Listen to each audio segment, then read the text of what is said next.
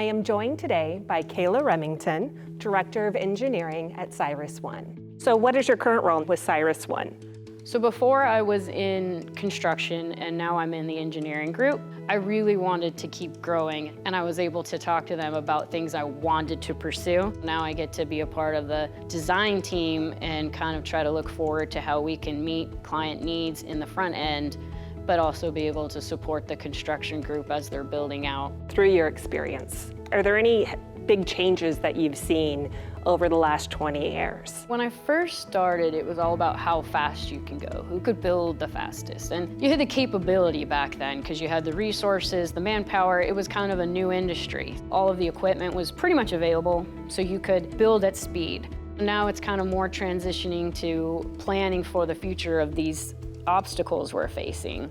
Because now you try to go to any utility provider in the city and most of the time you're looking at 3 to 5 years before they can get utility power if it's not already reserved because they have to build the infrastructure to get it.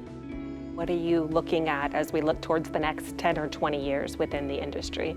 I really feel like the biggest one is still going to be power. With AI coming out, they're going to draw more power for more rack space. And a lot of people are talking about nuclear and generative power with gas. And also how you take less space so that you can add more racks and more density and less land. And then the sustainability part, making sure you're working well with the neighbors and the community and doing your part while still trying to grow. What advice would you give to those that are looking to enter this industry?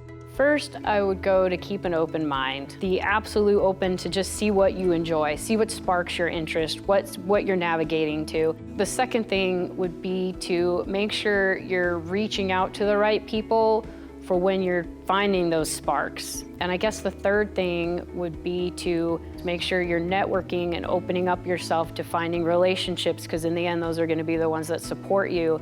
Honestly, just give yourself time and know that you're not going to know everything and it's okay to ask for help. So going back to when you started interning, what were some of your experiences and how do you advise others to take advantage of those internships? I think internships are just the best thing you can do when you start in a career. And I hadn't really had a lot of experience with construction. So when I got on site, I was all about it. Like I got forklift certified so I could drive the forklift. I got water truck certified.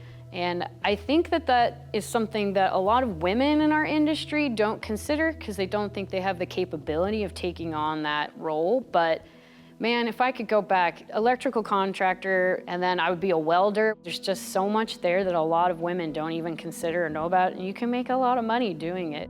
Well, thank you, Kayla. If you have any questions about the industry, please feel free to reach out to either one of us. We would love to bring some more women into this industry as well.